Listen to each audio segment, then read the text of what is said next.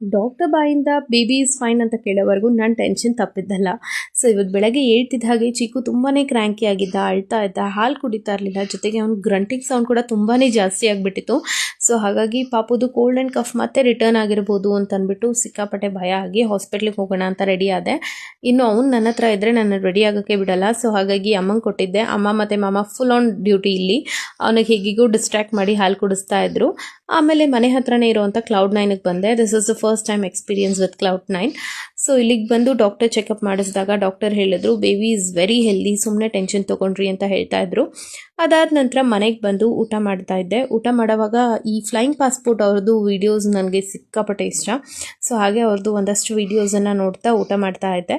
ಅದಾದ ನಂತರ ತುಂಬ ತಿಂಗಳಾದಮೇಲೆ ನಾನು ಇವತ್ತು ಫಸ್ಟ್ ಟೈಮ್ ಪಪಾಯ ತಿಂತಾ ಇದ್ದೆ. ಅಮ್ಮ ಫ್ರೂಟ್ ಸಲಾಡಲ್ಲಿ ಪಪಾಯ ಹಾಕ್ಕೊಟ್ಟಿದ್ರು. ಸೊ ನನಗೆ ಪಪಾಯ ಅಂದರೆ ಸಿಕ್ಕಾಪಟ್ಟೆ ಇಷ್ಟ. ಬಟ್ ಪ್ರೆಗ್ನೆನ್ಸಿ ಟೈಮಲ್ಲಿ ತಿನ್ನಂಗಿಲ್ಲ ಅಂತ ಹೇಳಿದರು, ಹಾಗಾಗಿ ತಿಂದಿರಲಿಲ್ಲ. ಸೊ ಸಿಕ್ಕಾಪಟ್ಟೆ ಎಂಜಾಯ್ ಮಾಡಿದೆ. ಅದಾದ ನಂತರ ಪಾಪುಗೆ ಒಂದಷ್ಟು ರಾಂಪರ್ಸನ್ನು ಆರ್ಡರ್ ಮಾಡಿದ್ದೆ. ಸೊ ತುಂಬಾ ಕ್ಯೂಟಾಗಿದೆ ಪ್ರಿಂಟ್ಸ್, ಹಾಗೆ ಮೆಟೀರಿಯಲ್ ಕೂಡ ಸಿಕ್ಕಾಪಟ್ಟೆ ಸಾಫ್ಟ್ ಆಗಿದೆ, ಬ್ರೀದಬಲ್ ಆಗಿದೆ. ಸೊ ಲಿಂಕ್ ಬೇಕಿದ್ರೆ ಕಮೆಂಟ್ ಸೆಕ್ಷನಲ್ಲಿ ತಿಳಿಸಿ, ನಾನು ನಿಮಗೆ ಲಿಂಕ್ ಕಳಿಸ್ಕೊಡ್ತೀನಿ. ನೈಟ್ ಡಿನ್ನರ್ಗೆ ಸಿಕ್ಕಾಪಟ್ಟೆ ವೆಜಿಟೇಬಲ್ಸನ್ನು ಹಾಕಿ ಪುಲಾವ್ ಮಾಡಿದ್ದೆ.